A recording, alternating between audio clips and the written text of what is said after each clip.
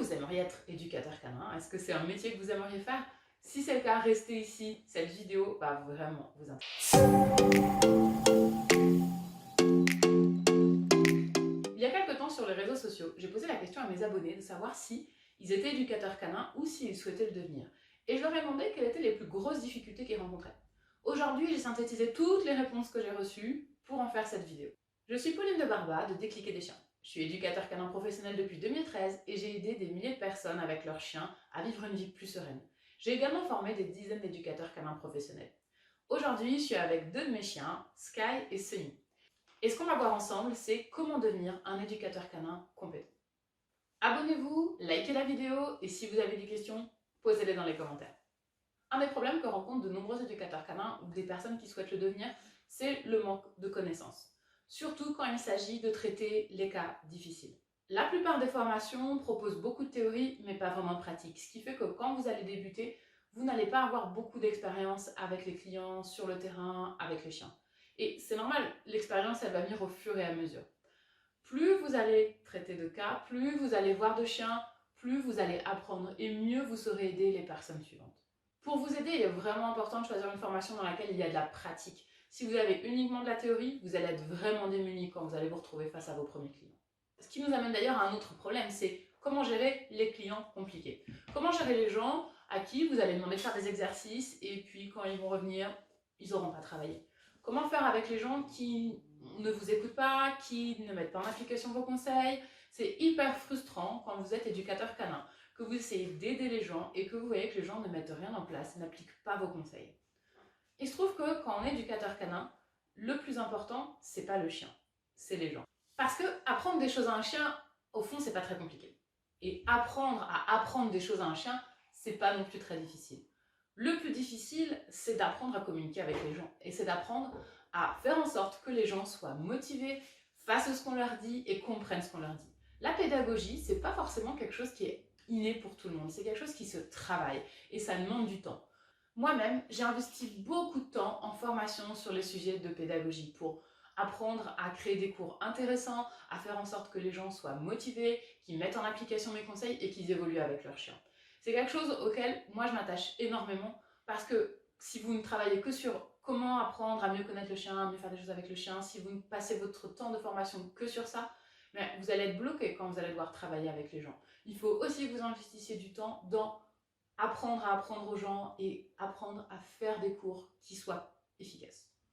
Alors moi, comme je voulais devenir éducateur canin depuis très longtemps, quand j'ai commencé à me poser la question de le devenir, j'ai cherché des formations qui correspondent à ça. Donc j'ai suivi une première formation et à la fin de ce cycle, je me suis rendu compte que je savais plein de choses sur le chien, mais je ne me sentais pas prête à être sur le terrain et avoir des élèves qui viennent chez moi prendre des cours. Donc, j'ai commencé à faire des formations supplémentaires. J'ai fait plein de formations supplémentaires sur des sujets précis, par exemple sur le chien agressif, des formations sur le comportement du chien, le bien-être, etc. J'ai vraiment appris plein de choses autour du chien. J'ai passé beaucoup de temps là-dessus et il y a beaucoup d'éducateurs canins d'ailleurs qui font pareil, qui prennent beaucoup de temps sur beaucoup de formations avant d'oser se lancer. Et quand j'ai commencé à me lancer, là, je me suis rendu compte qu'en fait, j'avais des grosses lacunes. Et mes lacunes, elles n'étaient pas sur le chien, ça va. Je maîtrisais le chien. Mes lacunes, elles étaient sur les gens. Comment est-ce qu'on fait quand on donne des cours? Comment est-ce qu'on fait pour donner un cours intéressant? Comment est-ce qu'on fait pour gérer les gens, en fait? Parce que apprendre des trucs à un chien, c'est très simple. Apprendre à quelqu'un à apprendre des trucs à son chien, c'est déjà autre chose. J'ai également dû apprendre comment créer une entreprise, comment gérer une entreprise, la comptabilité. Oh mon Dieu, la comptabilité. Si vous n'êtes pas vraiment passionné par ça, ça va vous demander forcément de prendre du temps pour ça aussi. Apprendre à me faire connaître, la communication sur les réseaux, créer un site internet, créer une page Facebook, créer un compte Instagram. Toutes ces choses-là, j'ai dû les apprendre au fur et à mesure. Et ça m'a pris du temps, ça m'a pris près de 3 ans pour arriver à apprendre toutes ces compétences, avoir toutes ces connaissances pour avoir enfin quelque chose qui fonctionne. C'est-à-dire pas que la partie apprendre des choses à mon chien, mais toute la partie à côté qui était finalement la partie entreprise. Et que c'est quelque chose que moi j'ai jamais trouvé dans les formations que j'ai suivies, ou alors très peu, c'était vraiment, on abordait rapidement le sujet, mais sans forcément aller au fond de la chose. Et il y a une différence entre voilà, 2-3 lignes sur un tableau pendant une formation et maintenant concrètement, ok, là je suis chez moi, je suis tout seul, je suis devant mon ordinateur, je fais quoi? Et c'était vraiment la question que je me posais, c'est par où on commence? Par où on va? S'il y a des trucs que vous aimez bien faire, ça va être facile. Par exemple, moi, faire un site internet, j'adore. Donc du coup, j'ai fait tout de suite mon site internet. Mais après dire, ah, qu'est-ce que je vais mettre comme tarif pour mes cours et puis, oui, j'ai fait mon site, mais bon, j'ose pas trop le partager autour de moi parce que peut-être que des gens ils vont trouver que ça c'est pas top. Ça m'a pris vraiment du temps pour oser me montrer, oser dire ce que je faisais et mettre en avant mon travail. Du coup, avec le recul, aujourd'hui, s'il y avait une formation idéale, dedans, il y aurait bien sûr comment apprendre des choses aux chiens parce que c'est la base quand même en tant qu'éducateur canin, mais il y aurait beaucoup de choses sur la psychologie des gens, comment les gens ils fonctionnent, comment les gens ils apprennent, comment faire en sorte que les gens ils écoutent ce qu'on dit et qu'ils mettent en application ce qu'on leur demande de faire. Il y aurait une partie sur comment se faire connaître, comment créer un site internet, comment se faire connaître sur les réseaux, comment trouver des clients. Il y aurait une partie sur la gestion stratégique, parce qu'être éducateur canin, c'est avoir une entreprise et c'est devenir un chef d'entreprise. Et ça, c'est pas forcément évident si vous avez été tous vos 10 salariés, si vous savez pas comment ça fonctionne. Moi, dans ma formation idéale, il y aurait ça aussi. Moi, j'aurais aimé apprendre tout ça, en fait, dans ma formation, plutôt que de devoir faire des dizaines de formations, lire des dizaines de bouquins en français, en anglais, dépenser des milliers d'euros dans les formations qui finalement n'ont jamais servi dans ma pratique. Tout ça, ça m'a paru du gâchis quelque part, en fait, du gâchis de mon temps, du gâchis de mon argent. Et une formation où il y aurait tout ça, ça serait vraiment la formation parfaite pour moi. On m'a aussi beaucoup parlé de comment est-ce qu'on fait pour trouver des clients, etc. Mais avant, je voudrais vous parler d'une autre problématique, c'est celle de la gestion du temps. Souvent, quand vous êtes éducateur canin, vous allez le devenir. Vous allez avoir une période, surtout au début, où vous allez être énormément débordé. Vous allez être tout le temps sur la route, en train de prendre des rendez-vous, de gérer votre emploi du temps. Vous allez devoir aussi gérer votre vie au quotidien, vos enfants, votre famille, vos propres chiens, parce que si vous en avez, ça demande aussi du temps. Et puis peut-être que vous avez gardé encore une activité à côté et vous avez un autre travail. Tout ça fait qu'on va avoir beaucoup de choses à gérer en même temps et que parfois c'est compliqué d'arriver à tout mettre dans votre agenda. La gestion du temps, quand on devient un éducateur canin professionnel, c'est très important de la travailler. Et encore une fois, c'est quelque chose qui demande à s'apprendre. On ne va pas devenir comme ça du jour au lendemain l'expert de l'organisation de son emploi du temps. Vous allez pouvoir le faire au fur et à mesure, ou alors vous pouvez aussi vous former sur le sujet et devenir plus compétent dans la gestion de votre organisation. Parlons maintenant de comment trouver des clients. Parce qu'en effet, vous avez fait votre formation d'éducateur canin, vous savez plein de trucs sur les chiens, vous êtes trop content, vous vous installez. Et maintenant, comment est-ce qu'on fait? Parce que comment est-ce que je vais faire pour avoir des gens qui viennent à mes cours? Comment est-ce que je vais faire pour avoir des gens qui me trouvent? Et ça, c'est vraiment primordial. Vous pouvez avoir fait la meilleure formation du monde, être le meilleur éducateur canin du monde. S'il n'y a personne qui est au courant, s'il n'y a personne qui vient chez vous, finalement, tout ça, ça aura servi à rien. Et se vendre, c'est compliqué. Se mettre en avant, c'est compliqué. Dire, venez chez moi, je vais vous apprendre des choses, venez chez moi, je vais vous aider à aller mieux avec votre chien.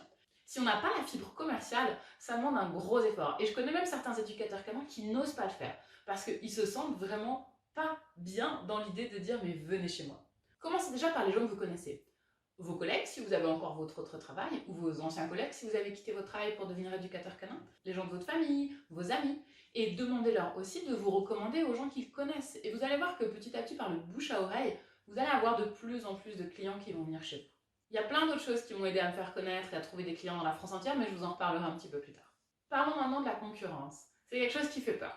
Et très souvent, quand on va s'installer en tant qu'éducateur canin, on va regarder autour de nous si y en a d'autres qui sont installés et qu'est-ce qu'ils font les autres, etc. Et parfois, si vous voyez qu'il y en a beaucoup, vous allez vous dire « Ah, mais comment moi je vais pouvoir tirer mon épingle du jeu, comment moi je vais pouvoir m'installer, trouver des clients s'il y a déjà autant d'éducateurs canins autour de moi ?» Il faut savoir qu'il y a des éducateurs canins qui s'installent tous les jours et que tous les jours, il y a des éducateurs canins qui ferment leur entreprise.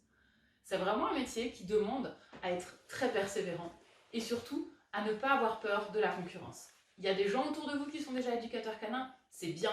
Ça veut dire en fait que les gens de la région ils vont être habitués à aller chez des éducateurs canins. Donc quand vous allez proposer vos activités, quand vous allez proposer votre entreprise, ils vont déjà connaître le principe.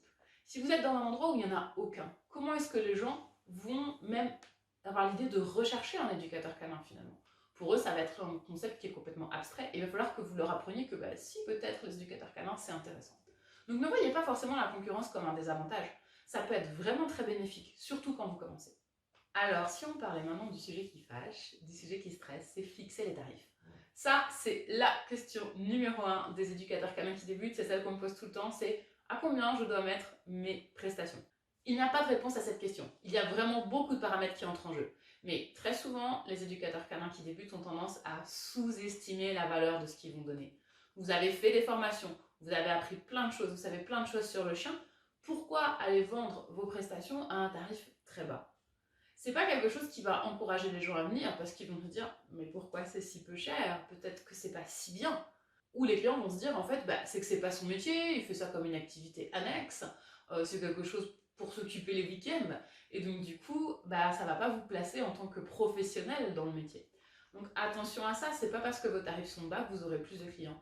Moi-même d'ailleurs, à chaque fois que j'ai monté mes tarifs, j'ai jamais perdu de clients. Au contraire, même des fois, j'en ai gagné des nouveaux. Maintenant, la question qui tue. Est-ce qu'on peut vivre du métier d'éducateur canin professionnel? Bon, la réponse est oui. C'est ce que je fais moi actuellement et il y a d'autres personnes qui le font aussi. Donc, c'est possible de vivre du métier d'éducateur canin professionnel. Simplement, c'est possible si vous allez le faire de la bonne manière. Ça demande une vraie stratégie, une vraie préparation. Et c'est pas quelque chose qu'on peut faire comme ça du jour au lendemain en disant je quitte mon taf, hop, je vais devenir éducateur canin professionnel. Si vous faites ça, vous allez faire partie des éducateurs canins qui ferment leur entreprise dans la première année ou dans la deuxième année après leur début de leur activité. Et vous ne voudrez pas que ça vous arrive. Si c'est votre rêve de devenir éducateur canin, il faut absolument que vous donniez les moyens de le faire.